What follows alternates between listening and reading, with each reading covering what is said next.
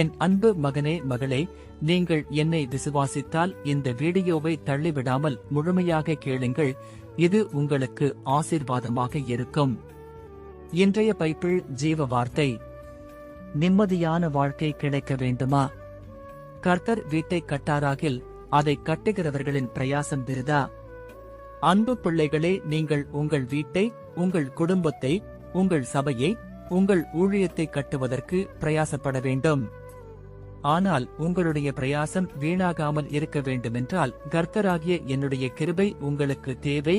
வேதத்தின்படி கர்த்தர் கட்டுவார் என்று சொல்லி நீங்கள் ஒன்றும் செய்யாமல் இருக்கக்கூடாது. நான் ஒன்றும் செய்ய மாட்டேன் என்று நீங்கள் சோம்பலாய் இருப்பது நல்லதல்ல.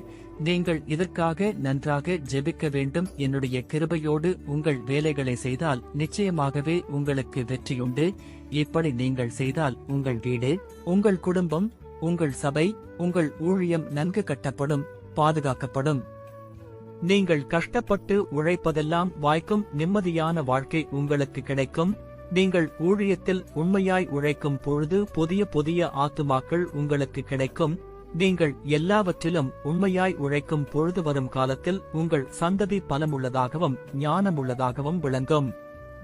மனுஷனுடைய நடைகளை உறுதிப்படுத்துகிறவர் கர்த்தராகிய நான்.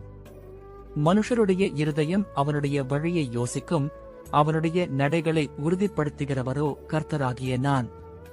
அப்படி இருக்க நடுகிறவனாலும் ஒன்றுமில்லை, நீர்ப்பாய்ச்சுகிறவனாலும் ஒன்றுமில்லை, விளையச் செய்கிற தேவனாலே எல்லாமாகும். பிரியமான அன்பு பிள்ளைகளே, நீங்கள் என்னதான் வேலை செய்தாலும் நான் தான் அதற்கு பலன் கிடைக்க செய்வேன். ஆகவே உங்கள் காரியங்கள் அனைத்தையும் என்னிடத்தில் சொல்லி அனுதினமும் ஜெபித்துக் கொண்டே இருங்கள். நான் உங்கள் ஜெபத்தை கேட்டு உங்களுக்கு உதவி செய்வேன். என்னாலே கூடாத காரியம் ஒன்றுமே இல்லை. நிச்சயம் நான் உங்களுக்கு நிம்மதியான வாழ்க்கையை அமைத்து தருவேன். ஆமென். நீங்கள் என்னை விசுவாசித்தால் ஆமென் சொல்லுங்க. நான் உங்களையும் உங்கள் குடும்பத்தினரையும் ஆசீர்வதிப்பேன். ஆமென்.